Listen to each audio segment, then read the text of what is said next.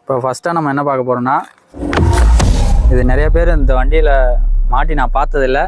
இது பார்த்தீங்கன்னா MT-15க்கான ஒரு பொருள் தான், ஏர் இன்டேக் கவர். இது எங்கே ஃபிட் பண்ண போகலான்னு சொல்லிட்டு நான் காட்டுறேன். இது வந்து நிறைய பைக்கில் போட்டு நான் பார்க்கல, அதனால இது வந்து நம்ம பைக்கில் ஃபிட் பண்ணலான்னு ஒரு பிளான் இருக்குது. ஸோ அடுத்தது என்னென்னா, இது எல்லாருமே பார்த்துருப்பீங்க. என்னென்னு பார்த்தீங்கன்னா ஃப்ரண்ட் பிரேக் ஆயில் கேப் இது மூடி. ஸோ ஆல்ரெடி இருந்தது வந்து லெட்டர்ஸோட நார்மலாக இருக்குது, அதை கழட்டிட்டு இதில் வந்து Yamaha லோகோ இருக்குது. ரெண்டாவது இது பார்க்கவும் நல்லா இருக்குது. இதையும் நான் பிளாக்ல வாங்கியிருக்கேன். இது கலர் கலராக இருக்கும், நான் பிளாக்ல வாங்கியிருக்கேன். இதையும் இப்போ இந்த வண்டிக்கு போட போகிறோம். அடுத்ததான் முக்கியமான ஒரு விஷயம், இந்த விங்ஸ் மிரர்.